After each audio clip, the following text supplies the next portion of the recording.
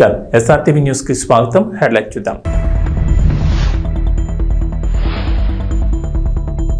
చంద్రబాబుతో తెలంగాణ స్పీకర్ ప్రసాద్ భేటీ, మర్యాదపూర్వకంగానే అంటూ ఫోటో ట్వీట్. తిరుమల దర్శనాలపై స్పెషల్ రిక్వెస్ట్.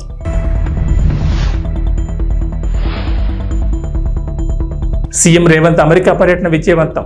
19 కంపెనీలతో సంప్రదింపులు, ఒప్పందాలు, రాష్ట్రంలో 31,532 కోట్ల పెట్టుబడులు.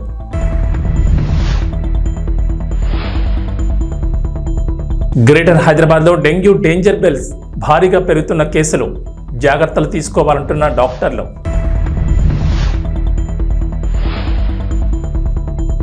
ఏపీ ప్రభుత్వం మరో కీలక నిర్ణయం, సచివాలయాల పేరు మార్పుకు నిర్ణయం అక్టోబర్ 2 నుంచి అమలు.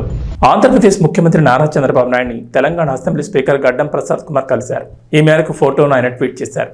తాను ఏపీ సీఎం చంద్రబాబును హైదరాబాద్లోని నివాసంలో మర్యాదపూర్వకంగా కలిశానని, తిరుమల శ్రీవారి దర్శనాలకు సంబంధించి రిక్వెస్ట్ చేసినట్టు తెలిపారు. తిరుమల తిరుపతి దేవస్థానంలో వసతి దర్శనానికి సంబంధించి తెలంగాణ రాష్ట్ర శాసనసభ్యుల ఉత్తర్వులకు అర్హత కల్పించాలని వినతి అందించినట్లు తెలిపారు. తెలంగాణ రాష్ట్ర ప్రజాప్రతినిధుల రిక్వెస్ట్ లెటర్లను ఆమోదించాలని స్పీకర్ ప్రసాద్ చంద్రబాబును కోరారు. దైవ దర్శనం కోసం తిరుమలకు వెళ్లే తెలంగాణ భక్తుల కోసం ప్రజాప్రతినిధులు అందించే సిఫార్సు లేఖల్ని టీటీడీ ఆమోదించాలని చంద్రబాబును కోరినట్లు ప్రసాద్ తెలిపారు. ఈ వినతిని పరిశీలించిన తర్వాత నిర్ణయం తీసుకుంటామని తెలంగాణ అసెంబ్లీ స్పీకర్కు చంద్రబాబు హామీ ఇచ్చినట్లు చెప్పారు. తెలంగాణ ప్రజాప్రతినిధులు తిరుమల శ్రీవారి దర్శనానికి ఇచ్చే సిఫార్సు లేఖల్ని టీటీడీ స్వీకరించడం లేదు. ఎప్పటి నుంచో తెలంగాణ ప్రజాప్రతినిధులు ఈ అంశాన్ని ప్రస్తావిస్తున్నారు.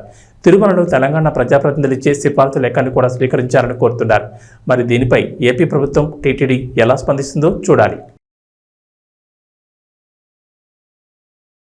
తెలంగాణ ముఖ్యమంత్రి రేవంత్ రెడ్డి అమెరికా పర్యటన విజయవంతమైందని సీఎంఓ ప్రకటన విడుదల చేసింది. తెలంగాణలో పెట్టుబడులకు వివిధ రంగాల్లో ప్రపంచంలో పేరొందిన భారీ కంపెనీలు ముందుకొచ్చాయని చెప్పింది. ఈ పర్యటనలో 31,532 కోట్ల రూపాయల పెట్టుబడులను సాధించి తెలంగాణ పెట్టుబడుల గమ్యస్థానంగా అమెరికాలోని పారిశ్రామికవేత్తల దృష్టిని ఆకర్షించిందన్నారు. అమెరికా వేదికగా సీఎం రేవంత్ తెలంగాణను ఫ్యూచర్ స్టేట్గా ప్రకటించడం, హైదరాబాద్ 4.0 సిటీగా అభివృద్ధి చేసేందుకు రాష్ట్ర ప్రభుత్వం ఎంచుకున్న వివిధ ప్రాజెక్టులకు భారీ స్పందన లభించింది. ఈ పర్యటనలో దాదాపు 19 కంపెనీలు రాష్ట్ర ప్రభుత్వంతో కలిసి పనిచేసేందుకు అవగాహన ఒప్పందాలు చేసుకున్నాయి. దీంతో రాష్ట్రంలో 30,750 కొత్త ఉద్యోగాలు లభించనున్నాయి. సీఎం రేవంత్ సారథ్యంలోని రాష్ట్ర ప్రతినిధి బృందం అమెరికాలో దాదాపు 50కి పైగా బిజినెస్ మీటింగ్, 3 రౌండ్ మీటింగ్లో పాల్గొంది. ప్రధానంగా ఆర్టిఫిషియల్ ఇంటెలిజెన్స్, ఫార్మా మరియు లైఫ్ సైన్సెస్, ఎలక్ట్రానిక్ వాహనాలు, డేటా సెంటర్లు, ఐటీ, ఎలక్ట్రానిక్ రంగాల్లో ప్రభుత్వంతో భాగస్వామ్యం పంచుకునేందుకు కంపెనీలు అమితమైన ఆసక్తిని ప్రదర్శించాయి. ప్రస్తుతం వర్షాకాలం కావడంతో సీజనల్ వ్యాధులు ప్రబలుతున్నాయి. దానికి తోడు డెంగీ జ్వరాలు ఎక్కువగా నమోదవుతున్నాయి. ముఖ్యంగా గ్రేటర్ హైదరాబాద్ పరిధిలో డెంగీ డేంజర్ బెల్స్ మోగుతున్నాయి. డెంగీ కేసులు విపరీతంగా పెరుగుతున్నాయి. డెంగీ జ్వరాల కారణంగా చాలా మందిలో ఒక్కసారిగా ప్లేట్లెట్లు పడిపోతున్నాయి. దీంతో ఎమర్జెన్సీ ట్రీట్మెంట్ కోసం హాస్పిటల్స్లో చేరుతున్నారు. గ్రేటర్ హైదరాబాద్ వ్యాప్తంగా ఈ ఏడాదిలో ఇప్పటికే 600కు పైగా డెంగీ కేసులు నమోదైనట్లు అధికారులు చెబుతున్నారు. ఇక ప్రైవేట్ హాస్పిటల్స్లోనూ పలువురు డెంగీ జ్వరాలతో జాయిన్ అవుతుండగా వారి వివరాల నమోదులో తేడాలు ఉంటున్నాయి. ఈ లెక్కన గ్రేటర్ పరిధిలో 1000కి పైగానే డెంగీ కేసులు ఉంటాయని అధికారులు భావిస్తున్నారు. డెంగీ బారిన పడి ఇప్పటికే పలువురు ప్రాణాలు కోల్పోయారు. తెల్ల రక్త కణాల కౌంట్ తగ్గిపోయి ప్రాణాలు కోల్పోతున్నారు. సికింద్రాబాద్లోని ఒక ప్రైవేటు హాస్పిటల్లో జ్వరాలతో చేరిన ప్రతి 10 మందిలో 3 నుంచి 4 మంది రోగులు డెంగీ బాధితులు ఉంటున్నారు. వారిలో చాలా మందిలో కాలేయ, కిడ్నీలపై ప్రభావం పడినట్లు డాక్టర్లు చెబుతున్నారు. డెంగీతో పాటు గున్యా బాధితులు పెరుగుతున్నారని అంటున్నారు. టైగర్ దోమల కారణంగా డెంగీ జ్వరాలు విజృంభిస్తున్నాయని, అప్రమత్తంగా ఉండాలని డాక్టర్లు సూచిస్తున్నారు. ఆంధ్రప్రదేశ్ ప్రభుత్వం మరో కీలక నిర్ణయం తీసుకు అడుగులు వేస్తోంది. రాష్ట్ర వ్యాప్తంగా గ్రామ, వార్డు సచివాలయాల ప్రక్షాళన చేసేందుకు సిద్ధమవుతోంది. ఈ మేరకు గ్రామ, వార్డు సచివాలయాల పేర్లను మార్చాలని నిర్ణయం తీసుకున్నట్టు తెలుస్తోంది. సచివాలయాల పేరును గ్రామ సంక్షేమ కార్యాలయంగా మార్పు చేయాలని రాష్ట్ర ప్రభుత్వం నిర్ణయించినట్టు తెలుస్తోంది. అక్కడ సంక్షేమ శాఖకు చెందిన వెల్ఫేర్ అసిస్టెంట్లను డీడీఓగా ఇవ్వాలని ప్రభుత్వం ఆలోచిస్తున్నట్లు సమాచారం. గ్రామ సంక్షేమ కార్యాలయంలో ప్రభుత్వ పథకాలకు సంబంధించిన లబ్ధిదారుల గుర్తింపు, జాబితా తయారీని ఎటువంటి రాజకీయ ఒత్తిడి లేకుండా చేయాలనేది ప్రభుత్వ ఆలోచనగా తెలుస్తోంది. కొత్త పేరుతో అక్టోబర్ 2 నుంచి గ్రామ సంక్షేమ కార్యాలయాలు పనిచేసేలా విధి విధానాలు రూపొందిస్తున్నట్టు తెలుస్తోంది. ప్రతి గ్రామ సంక్షేమ కార్యాలయంలో 5 సిబ్బందిని నియమించనున్నట్టు తెలుస్తోంది. అయితే గ్రామ, వార్డు సచివాలయాల వ్యవస్థను ప్రక్షాళనను వీఆర్ఓ సంఘాలు స్వాగతించాయి. ప్రధానంగా సచివాలయ ఉద్యోగుల పనితీరు, బాధ్యతలు, స్థానిక సమస్యలు, పరిష్కార చర్యలపై పూర్తి స్థాయిలో సమీక్షించి నిర్ణయాలు తీసుకోవాలంటున్నారు. సచివాలయాల ఏర్పాటులో తీసుకున్న అసంబంధ నిర్ణయాలతో ఉద్యోగులకు పదోన్నతులు లేకుండా పోయిందన్నారు. విజయవాడ ఇంద్రకీలాద్రిపై కొలువైన దుర్గమ్మ భక్తులకు శుభవార్త చెప్పింది. ఈ నెల 23న సామూహిక వరలక్ష్మి వ్రతాన్ని నిర్వహించబోతున్నట్టు ఆలయ ఈవో రామారావు తెలిపారు. ఆ రోజు ఉదయం 7 గంటల నుంచి 9 గంటల వరకు ఆర్జిత సేవా టికెట్ 1500తో కొన్న వారికి వ్రతం నిర్వహిస్తారన్నారు. ఉదయం 10 నుంచి 11 గంటల 30 నిమిషాల వరకు తెల్ల రేషన్ కార్డు కలిగి ముందుగా దరఖాస్తు చేసుకున్న వారికి ఉచిత వరలక్ష్మి వ్రతాన్ని దేవస్థాన ఆధ్వర్యంలో నిర్వహిస్తామన్నారు. ఈ సామూహిక వరలక్ష్మి వ్రతానికి బ్యాచ్కు 500 మందికి మాత్రమే అనుమతి ఉందని, ఈ నెల 17 నుంచి 21 వరకు ఉచిత సామూహిక వరలక్ష్మి వ్రతంలో పాల్గొనే మహిళల నుంచి దరఖాస్తులు స్వీకరిస్తామన్నారు. వరలక్ష్మి వ్రతం అనంతరం వారికి 300 రూపాయల దర్శనం క్యూ లైన్లో దుర్గమ్మ దర్శనానికి అనుమతిస్తున్నట్టు తెలిపారు. శ్రావణ మాసం 2వ శుక్రవారాన్ని పురస్కరించుకుని దుర్గమ్మను ఈ నెల 16న వరలక్ష్మీదేవిగా అలంకరిస్తారు. భక్తుల దర్శనానికి ఎటువంటి ఇబ్బందులు లేకుండా పటిష్టమైన ఏర్పాట్లు చేపడుతున్నట్లు ఆలయ ఈవో రామారావు తెలిపారు. అంతేకాదు ఈ నెల 17 నుంచి 20 వరకు ఇంద్రకీలాద్రిపై పవిత్ర ఉత్సవాలు నిర్వహిస్తున్నారు. అమ్మవారికి 17 సాయంత్రం 4 గంటలకు ఉదక శాంతి, 18 ఉదయం 3 గంటలకు సుప్రభాత సేవ, స్వప్నాభిషేకం నిర్వహిస్తారు. అలాగే ఉదయం 9 గంటలకు భక్తులకు సర్వదర్శనం అనుమతిస్తారు. ఈ నెల 19న మండపారాధన, మూలమంత్ర హావనాలు, వేద పారాయణాలు, హారతి, మంత్రపుష్పం నిర్వహిస్తారు.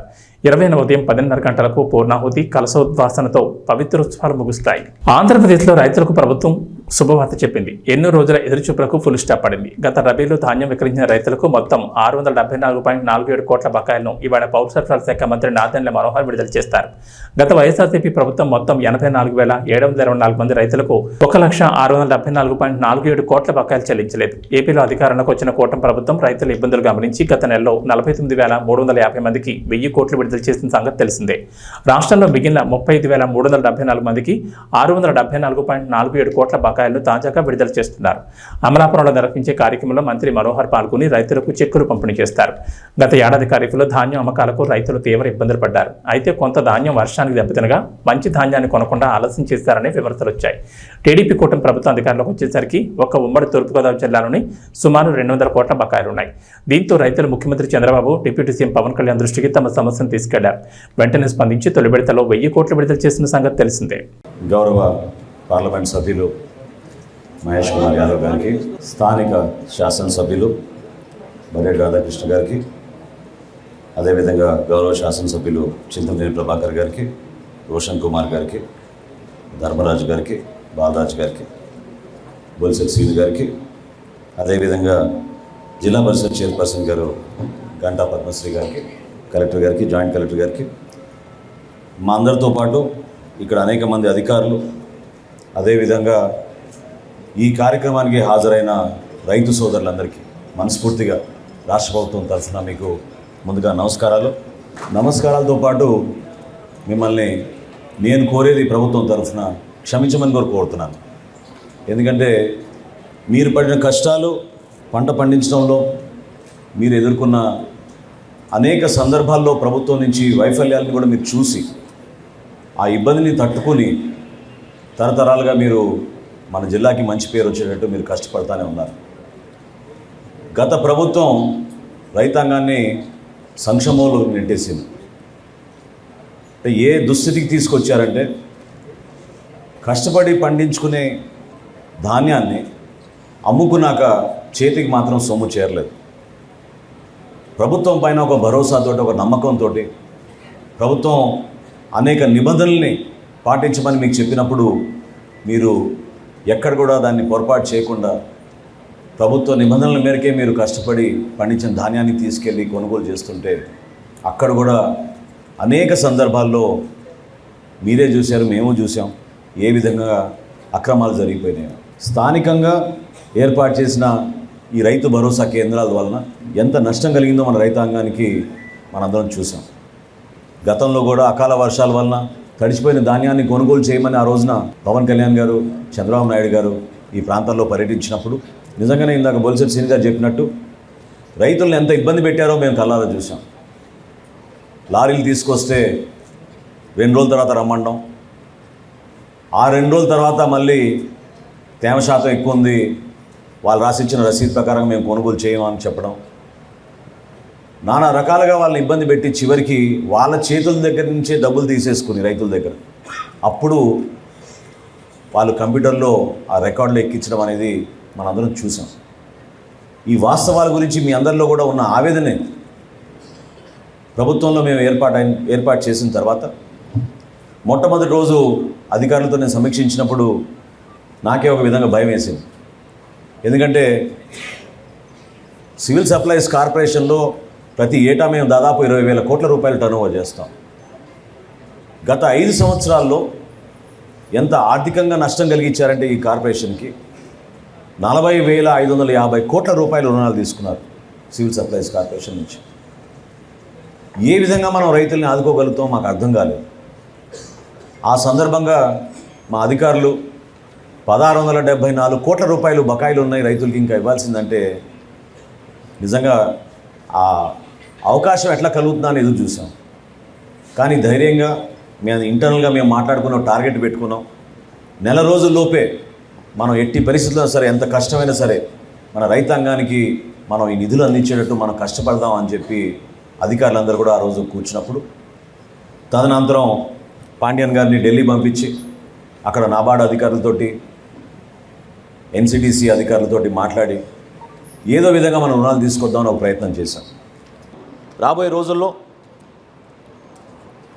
ఈ రైతు సహాయ కేంద్రాల ద్వారా దయచేసి మీరందరూ కూడా నమోదు చేసుకోండి.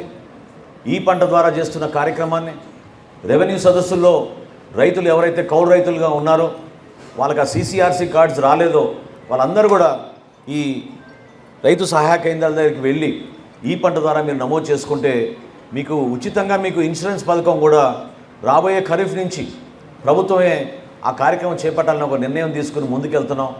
అది ఇంకా చర్చల్లో ఉంది. కొంతవరకు మీకు వెసులుబాటు కల్పించే విధంగా రైతు నష్టపోకుండా ఉండాలని మన గౌరవ ముఖ్యమంత్రి గారు చంద్రబాబు నాయుడు గారు కోరారు. దానికి అనుకూలంగా వ్యవసాయ శాఖ, అదేవిధంగా పౌర సరఫరాల శాఖ కలిసి మార్కెటింగ్ శాఖ ద్వారా ప్రతి రైతుకు కూడా ఎవరైతే నమోదు చేసుకున్నారో ఈ పంట ద్వారా వాళ్ళందరికీ పట్టేదారు పాస్బుక్ల్లో పొరపాటు జరగకుండా కంపెనీల ద్వారా రావాల్సిన ఇన్సూరెన్స్ నిధులు కూడా మీకు ఖచ్చితంగా 100% అందించడానికి మా వంతు మేము ప్రయత్నం చేస్తున్నాం ఈ సందర్భంగా తెలుపుకుంటూ, రాబోయే రోజుల్లో కేంద్ర ప్రభుత్వం కూడా కొన్ని చర్యలు తీసుకుంది. అది కూడా మీ దృష్టికి తీసుకురావాలి. కొత్తగా మనం వేర్ హౌజులు, సైలోస్ అని మనం ఏర్పాటు చేసుకోబోతున్నాం. మన మహేష్ కుమార్ యాదవ్ గారు కూడా వచ్చారు నాతోటి, మంత్రి గారితో నేను ఆ రోజు మాట్లాడినప్పుడు ఆయన మాట ఇచ్చారు. ఉభయ గోదావరి జిల్లాలో ఎక్కడ లేని విధంగా ఒక అద్భుతమైన వేర్ హౌస్, కొత్త వేర్ హౌస్ ఒకటి, కొత్త వసతులతోటి, కొత్త ఆలోచనలతోటి, సోలార్ పవర్తో పాటు మనం సైలోస్ కూడా ఏర్పాటు చేసుకొని పెద్ద పెద్ద స్టోరేజ్ బిన్లు మనం ఏర్పాటు చేసుకుని రైతాంగానికి అండగా నిలబడి ధాన్యం కొనుగోలు విషయంలో ఈ మాట నేను మీకు ముఖ్యమంత్రి గారి తరఫున చెప్తున్నాను. ఆయన మొన్న కూడా చాలా స్పష్టంగా చెప్పారు, ధాన్యం కొనుగోలు విషయంలో ఈ ప్రభుత్వం వెనకాడదు. ప్రతి గింజ కొనే విధంగా మీకు ఆ భరోసా నింపే విధంగా ఈ ప్రభుత్వం పనిచేస్తుంది. తిరుపతిలోని బకుళమాత ఆలయాన్ని ఆంధ్రప్రదేశ్ మంత్రులు సందర్శించి అమ్మవారిని దర్శించుకున్నారు. సోమవారం ఉదయం రాష్ట్ర రెవెన్యూ శాఖ మంత్రి, రాష్ట్ర విద్యుత్ శాఖ మంత్రి బకుళమాత అమ్మవారిని దర్శించుకున్నారు. అనంతరం మంత్రులు మీడియాతో మాట్లాడారు.